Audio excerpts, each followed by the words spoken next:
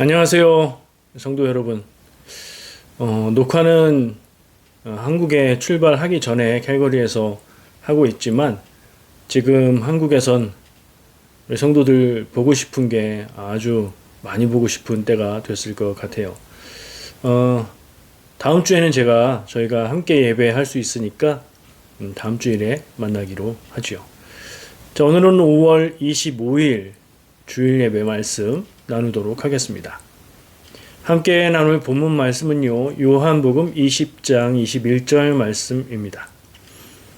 본문 말씀 찾으시고요, 우리 같이 봉독하겠습니다. 오늘 나눌 말씀의 제목을 너희를 보내노라 이렇게 정했고요. 내용이 부제가 되죠. 부제는 교회와 선교입니다. 오늘은 선교에 대해서 이야기를 하려고 합니다. 자, 본문 말씀 요한복음 20장 21절 말씀 한 목소리로 봉독하겠습니다. 예수께서 또 이르시되 너희에게 평강이 있을지어다. 아버지께서 나를 보내신 것 같이 나도 너희를 보내노라. 아멘. 자, 오늘 이 본문 말씀은요, 요한복음에서 부활하신 예수님이 제자들을 찾아오셔서 사명을 주시는 장면입니다. 여인들의 증언을 통해서 예수님이 부활하셨다는 얘기는 들었지만 아직 믿지 못하고 두려움에 빠져 있던 그때, 문을 잠그고 숨죽이고 있던 그때에 예수님이 제자들을 찾아오셨습니다.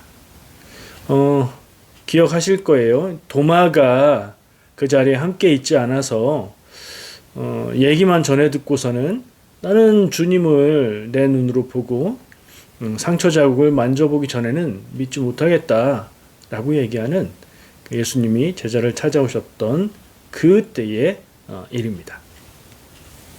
예수님은 하나님의 보내심 받은 자로서 자기도 제자들을 세상에 보낸다라고 말씀하시면서 교회와 성도의 선교적 정체성을 분명하게 말씀하십니다. 지금은 두려움의 문을 잠그고 있지만 이제 세상에 보내신다 라고 말씀하시는 겁니다. 때가 되면 세상을 향해 복음을 전하라는 명령이시죠. 교회의 존재 목적이 선교라는 것을 확실하게 보여주는 말씀입니다. 우리는 어떤지, 나는 어떤 모습인지 생각해 보게 됩니다. 두려워서 문을 잠그고 있었던 제자들의 모습, 그 모습과 같은가? 아니면 세상을 향해 담대히 복음을 전할 수 있는 그런 모습인가? 내가 믿는 건 믿지만 입을 열어서 전도는 못하는 그런 상태는 아닌가? 하지만 괜찮다는 생각이 듭니다. 왜냐하면요, 제자들도 그랬습니다. 이 제자들은 사도들이잖아요. 그들도 두려움에 사로잡혔을 때, 믿음과 확신이 없을 때는 그랬습니다. 성령이 임하시고 담대히 전할 수 있게 되었죠. 우리도 변화되어 갈 것이고 변화될 줄로 믿습니다. 말로는 전도할 수 있지만 내 사는 모습이 예수님의 말씀을 따라 사는 것 같지 않다, 이런 생각을 하실 수도 있습니다. 괜찮습니다. 우리 인생이 지금 끝난 게 아니니까요. 믿음의 여정도 끝이 아니니까요. 믿음의 여정은 나아가는 과정 중이고요. 믿음의 길을 꾸준히 가면서 믿음도 자라고 삶도 변화되시기를 축복합니다. 질문 하나 할게요. 대답은 안 하셔도 돼요. 그런데 질문을 듣고 스스로 답을 한번 생각해 보시기 바랍니다. 질문은 이겁니다. 여러분은 신앙생활을 왜 하십니까? 교회는 왜 다니시죠? 여러분이 생각하는 신앙생활의 목적은 무엇인가요? 다 같은 의미의 질문이 될 수 있을 것 같아요. 한번 잠깐 생각해 보시기 바랍니다. 이런 답 떠오르셨습니까? 저는 구원받기 위해서 믿음을 갖고 신앙생활하고 교회 다닙니다. 그렇게 생각할 수 있지요. 흔하게 나올 수 있는 답이라고 생각합니다. 하지만 저는 다르게 말합니다. 구원은 신앙생활의 목적이 아니고요. 구원은 신앙생활의 시작점인 거지요. 믿음으로 구원받고 믿음으로 사는 것이 신앙생활이니까요. 그런 생각을 해봅니다. 그렇다면 또 다른 생각, 이런 건 어떨까요? 구원받은 인생이 하나님 안에서 더 좋아지는, 온전해지는, 연약한 부분이 성장하게 되고 내면의 평화를 얻고 몸과 마음이 다 건강한 그런 인생을 사는 것 좋죠. 괜찮다고 생각이 듭니다. 근데 조금 완전하지는 않은 느낌, 무언가 부족한 느낌입니다. 그래서 한 가지를 추가하자면, 신앙생활의 목적 한 가지를 추가하자면 이런 것이 맞지 않을까 생각을 했습니다. 나를 향한 하나님의 뜻을 알고 나에게 주시는 사명을 깨달아서 내 인생에 나를 보내신 목적을 이루는 것. 목적이니까요. 네. 이것을 신앙생활의 목적으로 삼으면 좋겠습니다. 다른 사람들이 교회에 다니는 이유는 무엇일까요? 나와 생각이 다를 수 있으니까요. 내면의 평화를 얻기 위해서 종교 하나는 있는 게 좋아. 실제로 이런 얘기를 하는 분을 본 적이 있습니다. 그런 생각 할 수 있지요. 예수 믿으면 복 받는다는데 나도 그렇게 살고 싶다. 이것도 있을 법한 그런 이유입니다. 삶에 갑자기 닥쳐온 어려운 일을 해결하기 위해서 교회에 다닐 수도 있겠죠. 그렇게 시작하는 거죠. 어떻게 시작하는지도 중요하지만 시작했다는 것이 더 중요합니다. 저도요, 모태신앙으로 태어나면서부터 교회에 다녔지만 청소년기에 더욱더 열심히 교회에 다녔던 이유는 제가 신앙적인 그런 동기가 불타서 그런 게 아니고 교회 누나들이 잘해줘서 였었지 않았나 하는 그런 생각이 살짝 스쳐 지나가네요. 이런 현실적인 필요들로 인한 동기도 나쁘지 않습니다. 시작을 할 수 있으니까요. 그러나 그 이유에만 머물러 있으면 언젠가는 믿음을 떠나게 될 것입니다. 왜냐하면 현실적인 필요로 인한 동기였고 현실의 필요가 채워지지 않는 경우가 생기면 신앙은 필요 없는 게 되는 거니까요. 믿음이 생기고 믿음이 자라면서 제대로 된 신앙생활의 이유를 찾아가야 합니다. 그것을 찾기 위해서 교회의 본질적인 존재 목적을 생각하는 게 꼭 필요합니다. 교회는 무엇이고 교회는 무엇 하는 모임인가? 나는 교회 왜 다니는가는 그것과 밀접한 관계가 있지요. 다른 종교가 아니고 왜 기독교인가? 왜 교회를 다니는가? 이 이유도 있어야 할 것 같습니다. 저는 있습니다. 전에도 얘기했던 것 같은데 저는 성경이 말하고 교회가 전하는 복음 이상의 진리를 아직까지는 발견하지 못했기 때문에 믿음을 가지고 기독교인으로서 또 목회자로서 살아가고 있습니다. 아마도 이 이상의 더 크고 더 온전한 진리를 발견하는 게 불가능하지 않을까 하는 생각을 갖고 있습니다. 또 다른 이유가 있는데요. 하나님이 저를 만나 주셨고 예수님이 나를 위해 죽으신 것이 마음 깊이 믿어지기 때문입니다. 여러분도 여러분 나름의 신앙의 이유를 찾으시기 바랍니다. 그것이 삶의 파도 앞에서 믿음으로 살아갈 수 있는 힘이 될 것입니다. 자, 오늘 본문 말씀은요. 예수님이 제자들에게 아버지께서 나를 보낸 것 같이 나도 너희를 보낸다. 이렇게 말씀하신 내용이지요. 예수님의 삶 자체가 복음을 전하기 위한 선교적인 삶이었습니다. 그 사명을 교회에 맡기신 겁니다.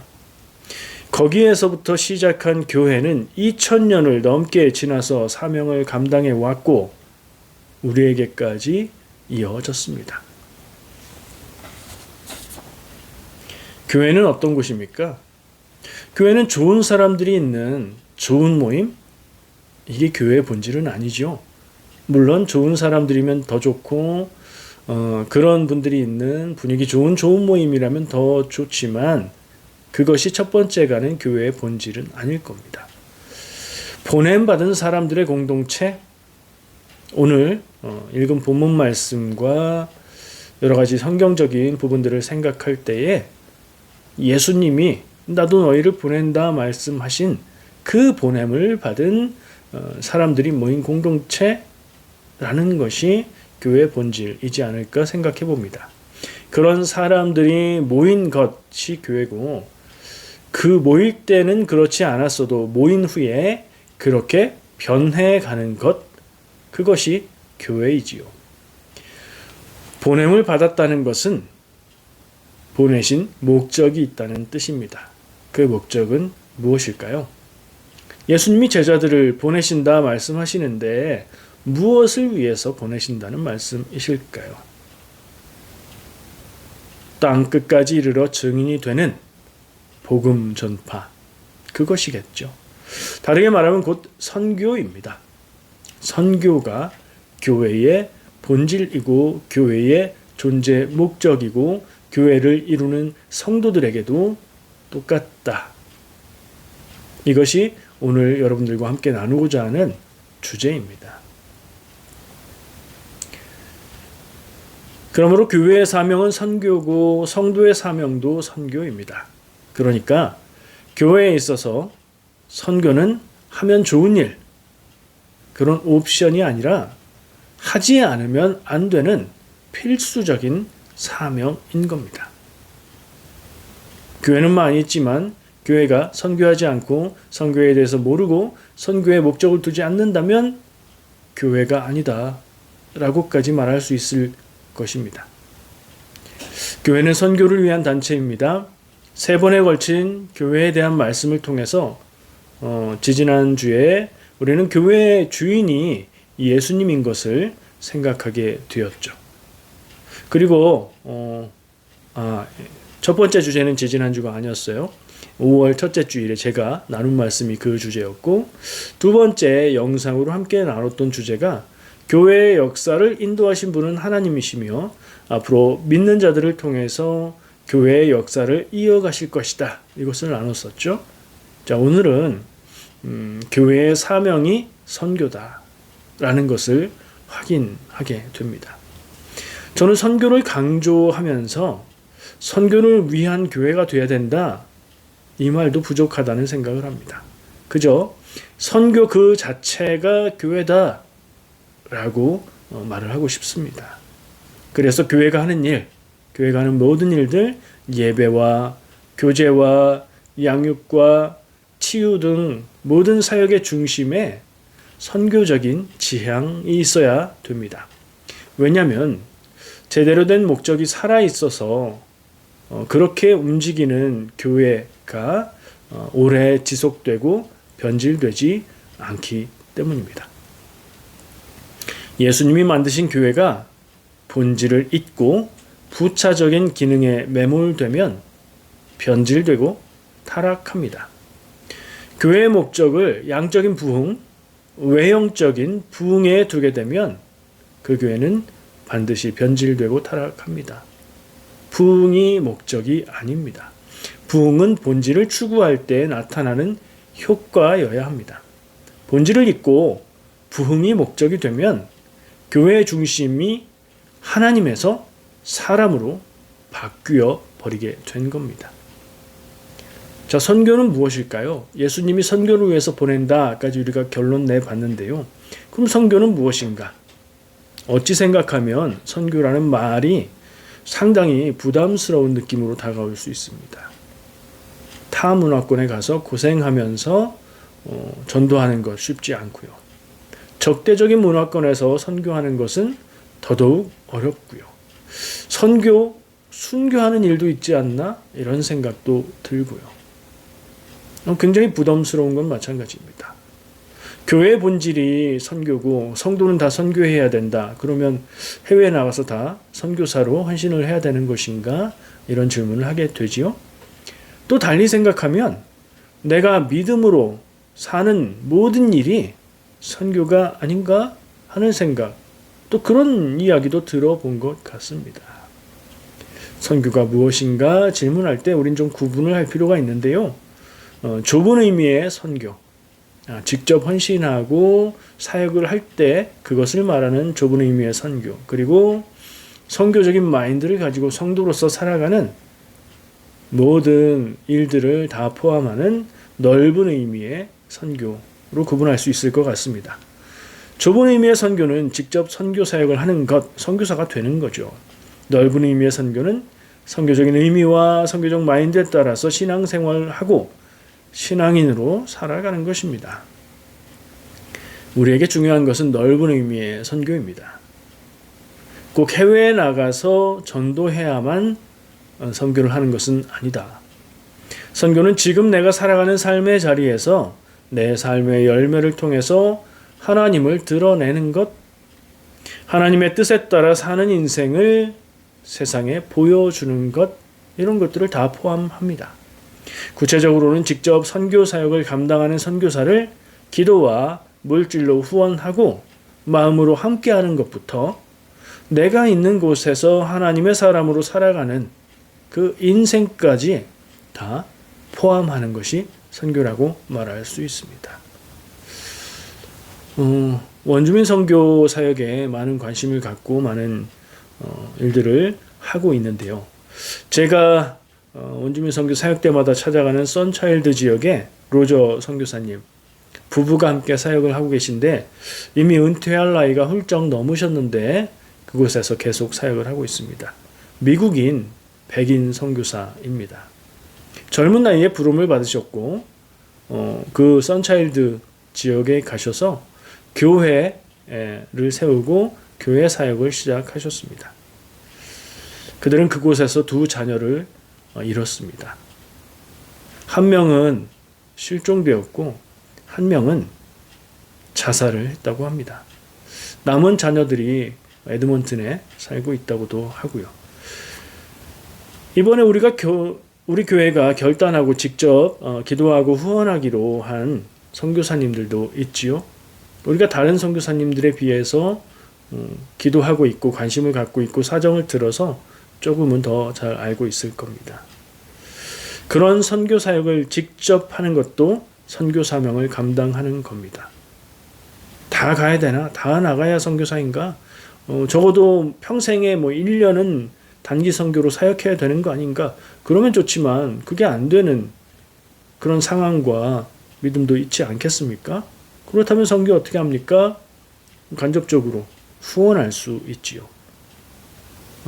그런 면에서 제가 오랜 기간 기도하고 마음에 두고 있다가 선교사님들 후원을 하자고 말씀드렸고 적극적으로 참여해 주시고 기도해 주고 계셔서 굉장히 감사하게 생각합니다. 제 소원은 오래도록 잠깐 하고 마는 것이 아니라 오래도록 후원할 수 있는 그런 선교의 진심인 교회가 되면 좋겠다는 생각을 하고 있습니다. 짧게 단기 선교 사역을 하는 것도 선교 헌신이라고 말할 수 있겠죠. 선교사님과 선교지를 품고 기도하며 후원하는 것도 그렇고요. 내가 있는 곳에서 그리스도의 향기를 드러내며 살겠다고 믿음을 따라 사는 것도 역시 선교의 한 부분입니다. 똑같은 행동을 하고 똑같이 살아가고 있더라도 그냥 생계를 위해서 살아간다면 선교를 할 수 없지만 선교라는 의식을 가지고 살아간다면 그것도 다 선교가 될 수 있다는 말입니다. 내가 만나는 한 사람을 예수님의 사랑으로 섬기겠다. 선교적인 동기죠. 그것도 역시 선교가 될 수 있는 겁니다. 이런 말을 하는 이유는 우리가 작은 것이라도 뭐든 하자 이런 의미가 아닙니다. 우리는 작고 크고에 관계없이 힘들고 그렇지 않고에 관계없이 무엇이든 선교하는 것이 우리 교회 모든 성도들의 사명이라는 것을 말씀드리고 싶기 때문입니다. 선교 사역을 할 때에 교회가 부흥한다 이런 말들도 합니다.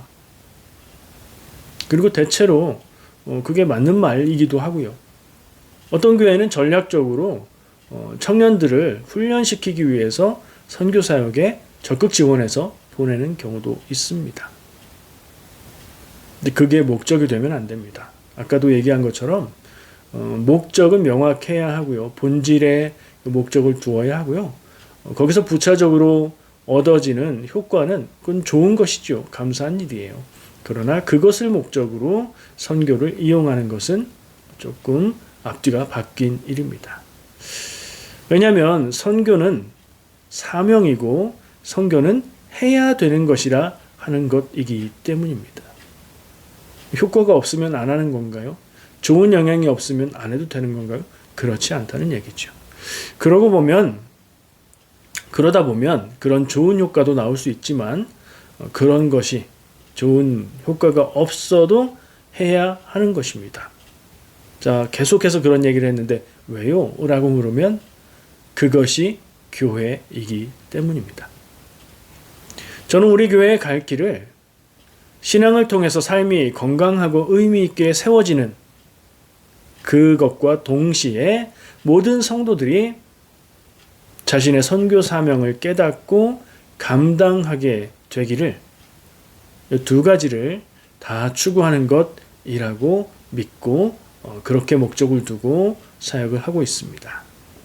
선교 후원에 작정하신 모든 분들께 감사드립니다. 기도 후원과 재정 후원을 통해서 우리가 선교사가 되는 것입니다. 또 살아가는 자리에서 증인의 삶을 사는 것, 그 인생이 세상에 보냄받은 사명을 감당하는 선교입니다. 5월 달에 나눌 말씀의 주제를 교회라고 정했고요. 교회의 본질은 무엇일까? 교회는 무엇을 해야 되는가? 이런 생각들을 하면서 말씀을 나누었습니다. 교회는 나의 유익을 위한 모임이 아니라 사명을 받는 곳, 그리고 함께 모여 그 사명의 길을 나누며 서로 힘이 되는 공동체입니다. 그 본질이 살아있으면 그 외에 부차적인 좋은 일들도 넘쳐나는 열매로 맺히는 것이 교회입니다. 성도로서 우리의 존재의 목적을 잘 설정하고 보내신 받은 자로 살아갑시다. 하나님께서 내가 누구를 보내며 누가 우리를 위해 갈고, 이사야 6장 8절 지난번에 선교사님이 전해주신 본문 말씀이었죠. 그렇게 말씀하실 때에 내가 여기 있나이다 나를 보내소서, 이 마음으로 살아가는 여러분 되시기를 축복합니다. 기도하겠습니다. 사랑과 은혜의 주님 감사합니다. 오늘도 우리 사랑하는 성도들 함께 예배하고 말씀을 나누었습니다. 말씀을 통해서 우리 성도들 가슴에 예수님께서 사도들을 그리고 교회에 맡겨주신 사명, 그것이 나에게도 있다는 것을 깊이 깨닫게 하여 주시옵소서. 선교의 사명을 내 삶 가운데에 단단히 붙잡고 그것을 감당하며 살아가는 우리 성도들 다 되게 인도하시고 능력을, 믿음을 허락하여 주시옵소서. 예수님의 이름으로 기도합니다. 아멘.